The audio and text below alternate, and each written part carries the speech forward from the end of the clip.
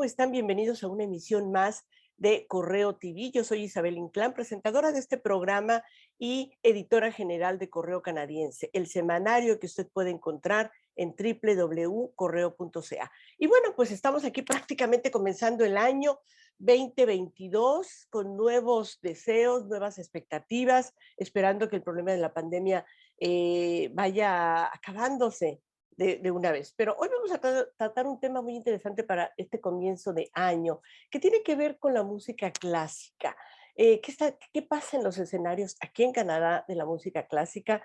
Y bueno, seguramente a usted le va a interesar esto porque no solo vamos a hablar de música, sino también de lo que tiene que ver con igualdad entre los inmigrantes y los canadienses. Para ello le doy la bienvenida a la intérprete de música clásica con su flauta, Aleli Pimienta. Ella es de Veracruz, México. Aleli, muchas gracias por estar aquí.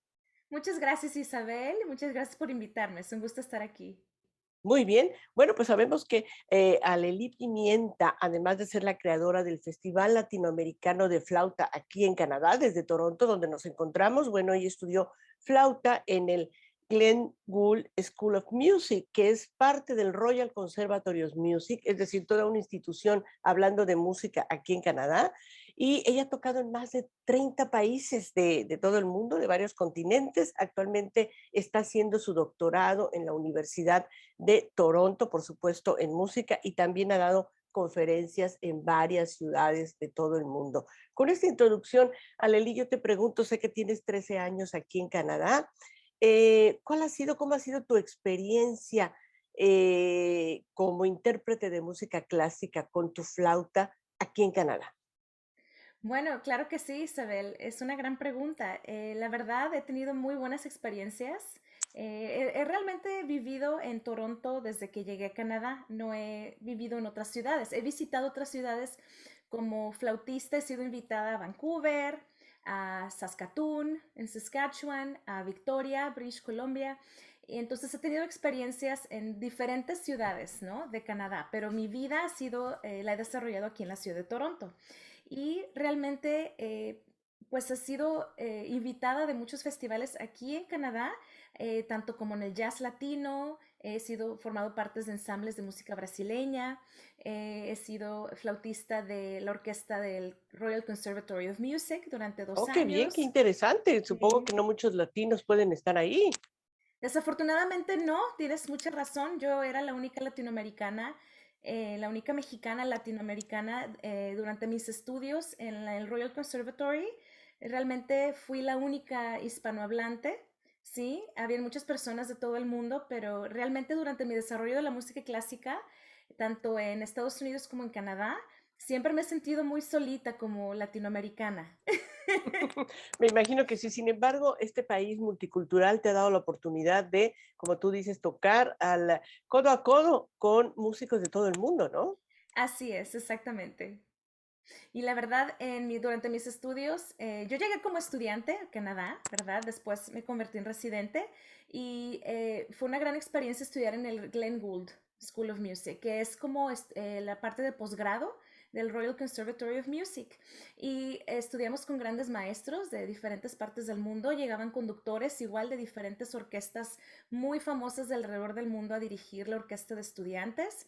Pero fue una experiencia inolvidable tocar en Kerner Hall, tocar en Masolini Hall, y de ahí realmente he regresado solo un par de veces a tocar a Kerner Hall como integrante de otros ensambles, pero fue una gran experiencia y estudiar con los grandes maestros, incluyendo un maestro mexicano que es clarinetista de la Sinfónica de Toronto, que se llama Joaquín Valdepeñas. Eh, Fue el único mexicano que conocí durante mis estudios de la música clásica aquí en Canadá. Muy bien. Y Aleli, antes de pasar al punto medular de esta entrevista, pero no quiero dejar de preguntarte, ¿por qué la flauta? ¿Por qué te atrajo la flauta? Bueno, la flauta porque desde que tenía 7 años la escuché. Yo estudiaba en una escuela en Veracruz, bueno, en Ciudad, después me cambié a Campeche y fue en Campeche donde escuché la flauta transversal, ¿sí? ¿Y esto qué es Porque, para los que no sabemos? claro que sí, aquí la tengo, Isabel, la flauta Aprovechemos la clase de transversal. flauta. Esta es una flauta transversal. Así ¿Y es. por qué es Y así? porque hay diferentes flautas, ¿verdad? La que yo aprendí de chiquita era la flauta barroca, que es la que muchos aprendemos en la escuela en clases de La de la música. secundaria. Exacto, la de primaria y la secundaria, pero es un gran instrumento, la verdad, ahí empecé yo, ahí empezamos todos casi, Mm, con el piano, con la flauta. Entonces, la flauta transversal la tocó un flautista que se llama Héctor Siv Cruz, que es originario de Guadalajara. Él llegó a mi escuela a dar un recital cuando yo estaba bien chiquita. Entonces, yo no tenía idea de qué era esto ni cómo se tocaba. Entonces, mi familia le tomó mucho tiempo el encontrar una para comprarme. Mi papá tuvo que ir al Distrito Federal y me la que es la puso. Ciudad de México ahora, el centro de la capital de México. Sí, Ujú. exacto. Me la puso abajo del arbolito de Navidad cuando yo Uy, cumplí 7 años y desde ahí qué no he dejado bien. de tocar. Ya son 30 años que llevo, 30 exactamente. años, Aleli, Tengo empezaste treinta muy y siete joven. Eres años. muy joven, pero 30 años de experiencia y por eso te tenemos aquí, Sí. porque tú nos has comentado de una situación especial que se vive y que no pensaríamos que sucediera en Canadá. Es cierto, Canadá es un país multicultural, sin embargo, vienen muchos inmigrantes, hay muchos profesionistas, en el caso tuyo, artistas, intérpretes de la música, de muchas razas. ¿Y qué es lo que has detectado en estos más de 10 años en Canadá? Tuviste la primera impresión de qué bonito Canadá, los grandes escenarios, pero poco a poco te fuiste dando cuenta de que no todo era tan igual. Coméntanos un poco. Claro que sí, con mucho gusto. Y bueno, como les dije, tuve una gran experiencia con grandes maestros, personas que me han tratado muy, muy bien, pero asimismo, simultáneamente, yo creo que he pasado por diferentes formas de discriminación dentro de mis estudios como flautista, sentimientos de falta de igualdad, digamos. Y una de esas cosas fue, pues realmente que no habían muchas otras personas como yo a mi alrededor. No había otros músicos de Latinoamérica a mi alrededor.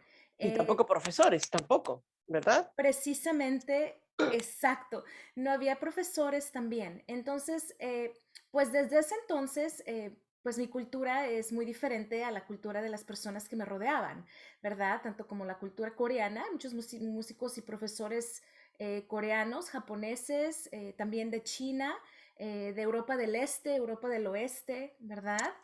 Obviamente canadienses, personas de diferentes partes del mundo.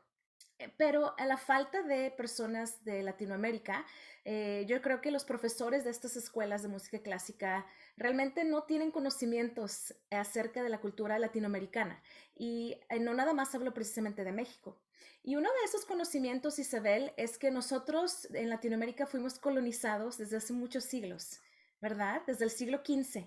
Eso Ujú. quiere decir, querida Isabel, que nuestro país, México, primero México de donde yo nací, tenemos música del periodo barroco, ¿sí? Como los compositores, grandes compositores como Bach, como Händel, ¿sí? En México tenemos compositores barrocos clásicos De también. esa talla, De estamos hablando esa de esa talla, de ese estamos, nivel, y que el asunto sí, es que no suelen no estar en el programa académico. nunca, jamás. Y lo peor de todo, Isabel, es que los mismos profesores no tienen idea que en México hay música clásica. Y que es una Entonces, parte del colonialismo, es un eco del colonialismo en donde impera claro, quizá una cultura occidental y claro. no así la gran riqueza de América Latina. Coméntanos algo, algunos autores, algunos nombres. Claro que sí, bueno, dentro de nuestros compositores, por ejemplo, tenemos actualmente al maestro Eduardo Angulo, que es un compositor de la talla de cualquier otro compositor famosísimo de alrededor del mundo. Tenemos también Pablo Moncayo, ¿sí? Silvestre Revueltas, ¿sí? Que también lo conocemos muchos latinoamericanos. Y de ahí en Incluso fuera, conocemos mucho ajá, de Moncayo, por ejemplo, muy es muy famoso. conocida su interpretación es de mariachi, no sé, Bueno, hay un guapango el muy guapango, famoso que exactamente, se el ha guapango convertido. Moncayo se llama así, ¿no? El guapango se llama guapango para orquesta sinfónica y el compositor es Pablo Moncayo. Pero esta composición se ha convertido ya casi en un himno nacional para los mexicanos. Pero asimismo, dentro de Latinoamérica tenemos al maestro Heitor Villa-Lobos de Brasil, Astor Piazzolla, y estos compositores son muy conocidos, pero también hay muchísimos otros compositores de óperas, de orquesta, de piezas orquestales. Sí, estamos hablando de compositores como Mozart, como Ludwig van Beethoven, como Rimsky-Korsakov, como Tchaikovsky. Tenemos compositores de esa talla en nuestros países. Ajá. Y ahora, Leli, yo te Sí. pregunto, ¿tu labor ha sido cuál? Porque tú te Bueno, ves de una personalidad, obviamente, de no de las que se quedan calladas, de no, alguien muy que hace oír necia. su voz y les has Sí. enseñado de alguna forma a este currículum académico la parte que Bueno, tú tienes y tu cultura.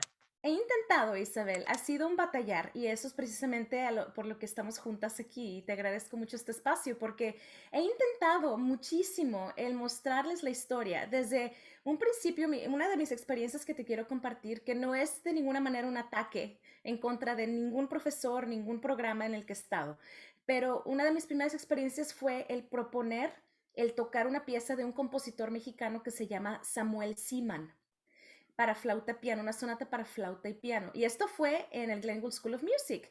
Y fue muy mal recibida mi propuesta precisamente porque me decían, es que nadie la va a conocer, es que nadie la conoce, ¿por qué no la puedes tocar? Porque pues no sabemos quién es ese compositor. Entonces, siempre mi argumento fue el que cómo vas a llegar a conocer esta música y estos músicos si nunca nos dejas presentarlos. ¿Por qué no me permiten presentar esta música? Y ha sido un batallar, Isabel. Si yo te Claro, porque contara, seguramente Mozart, Tchaikovsky y muchos otros clásicos los conocemos porque les dieron la oportunidad de presentar sus piezas en algún momento donde quizá sí, eran desconocidos, ¿no? he ahí el secreto, que para poder conocer a un compositor o cualquier tipo de artista, ¿verdad? Tenemos que darles el espacio para que sean conocidos.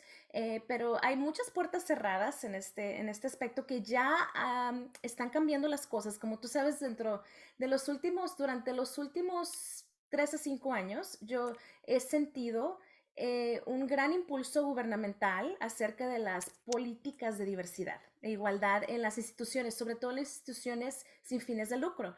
Y muchas de las instituciones artísticas tienen mucho apoyo y subsidio gubernamental porque son oficialmente sin fines de lucro. Entonces, el gobierno ha establecido políticas de diversidad, de igualdad y no discriminación muy, muy estrictas desde hace muchos años en Canadá. Y las instituciones sin fines de lucro artísticas han sido presionadas, ¿verdad?, a incluir más diversidad en sus programas. Entonces, estamos pasando por una transición ahorita que tiene que ver muchísimo con cómo manejar estas políticas de diversidad, cómo incluir a compositores de otros países, ¿sí? A personas que pertenecen a otro tipo de cultura, ¿sí? Como personas de color, afroamericanas, ¿sí? Latinoamericanas de otros países, Lo que se ¿sí? conoce con las siglas de BIPOC, Sí, ¿no? que se Que conoce son las ahorita con personas BIPOC. de otro color, el color que tenemos tú y yo, que Ajá. no somos tan blancas, pero también y de ahí todas las tonalidades de piel, ¿verdad? Exacto, incluyendo personas indígenas de todo el mundo, no nada más de Canadá, ¿verdad? Ujú, ujú. Entonces, dentro de esta política también han surgido diferentes problemas mientras nos acostumbramos a cómo hacer esto correctamente, ¿sí? Entonces, realmente, en mi experiencia ha sido un gran batallar, ¿sí? De estas instituciones al no querer darles espacio a los compositores, pero también en las orquestas sinfónicas del mundo hay menos de 3%, ¿sí? De personas BIPOC, que se conocen ya con no, con las siglas de BIPOC. Menos de 3% personas de color en las orquestas sinfónicas bueno, de Estados Unidos. Es muy caro hacer un estudio oficial, entonces, pero si ustedes van a cualquier sinfónica, las personas que escuchan tu programa que tal vez han ido a la Orquesta Sinfónica de Toronto o a las del alrededor, ¿verdad? Si se sientan en el público, quiero que por favor se fijen bien cuántas personas de color están en la orquesta. Eso es un muy buen ejercicio, porque exactamente ese tono de piel de estos músicos quizá no refleja la multiculturalidad y de talentos Claro, que sí hay. Dijeras, no existen, pues bueno, solo los blancos tocan. claro que no, Pero no, y ojo, exacto. aclaramos, no es contra ninguna raza, sino ser, como ya las reglas canadienses lo están pidiendo, una diversidad multicultural también en los escenarios, ¿no? Exactamente, debe de ser.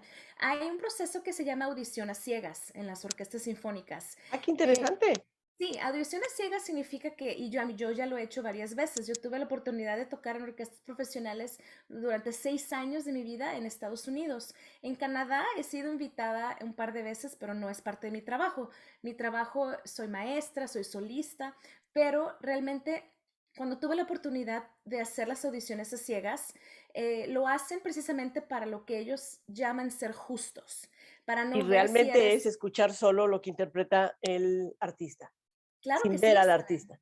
pero hay un problema muy grande con eso, ¿sí? Porque yo estoy de acuerdo que para formar una orquesta sinfónica profesional es muy importante que el músico sea muy buen músico, ¿sí?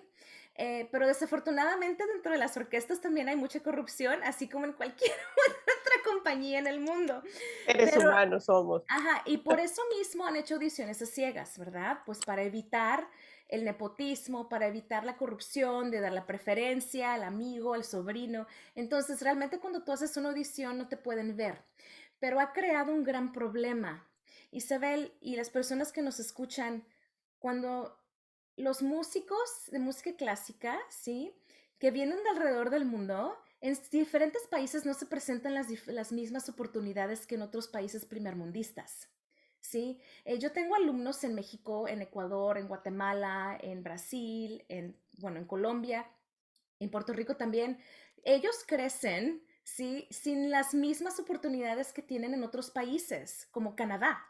Sí, yo aquí tengo alumnos, tengo 15 alumnos en Canadá que viven en la zona de Toronto y estoy hablando de jóvenes que crecen con mucho apoyo económico, con miles de programas de música a su alrededor, con maestros privados, o sea, la clase de música privada aquí cuesta carísimo, de 80 a $100 la hora, por ejemplo, ¿sí?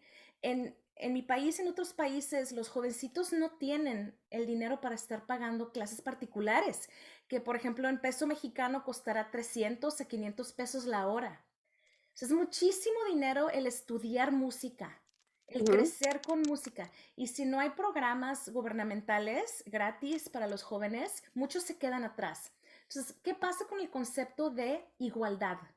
¿Sí? Que puede haber un grupo muy pequeño de músicos de Latinoamérica que han llegado a un nivel muy alto de ejecución instrumental. ¿Sí? Y cuesta mucho, mucho, mucho trabajo hacer eso, mucho dinero y mucho sacrificio, ¿sí? Entonces, ya de ahí ya no tenemos igualdad, ¿verdad? Entonces, cuando llegas a un tipo de nivel donde ya puedes tocar profesionalmente y después llegas a una orquesta, tal vez tu manera de tocar sea excelente, pero no sea igual al músico que estudió en el conservatorio de Glenn Gould, que pagó $5,000 al mes por ir a Inglaterra a un curso con los mejores maestros del mundo, o que creció en una metropolita lleno de música. Ujú. Entonces, el concepto de igualdad se pierde cuando no estamos permitiendo que personas de color ingresen a las orquestas. Y hay otro problema con eso. Si no, si estamos escuchando una diferencia de nivel entre las personas de color y las personas blancas, ¿sí? Por ejemplo, que entrenan en países europeos occidentales o en Norteamérica, Estados Unidos y Canadá, ¿sí? Y vemos un pequeño de nivel, un pequeño escalón, ¿sí? No estamos hablando de un gran pérdida de nivel, no, no, no. Nuestros músicos son de muy alto nivel, ¿sí? Y no los vemos, no podemos decidir que tenemos una persona de color bienvenidos a nuestra orquesta, ¿verdad? Claro, ¿Y qué tienes toda pasa? la razón, En las Aleli. orquestas entonces no tenemos representantes para nosotros mismos y los jóvenes que vienen pues se decepcionan y dicen, nunca voy a llegar a tener un empleo como las otras personas que estoy viendo. Claro, muy bien, Aleli. El tiempo casi se nos termina. Yo quisiera redondear esto, finalizar contigo, si nos puedes enumerar qué hacer. Es decir, ya mencionaste, por lo menos en política de gobierno, el Ujú. gobierno federal está impulsando y pidiéndole a las organizaciones que impulsan cosas de música que haya igualdad, que haya diversidad. ¿Qué más nos falta? Enuméranos algo para cerrar este programa.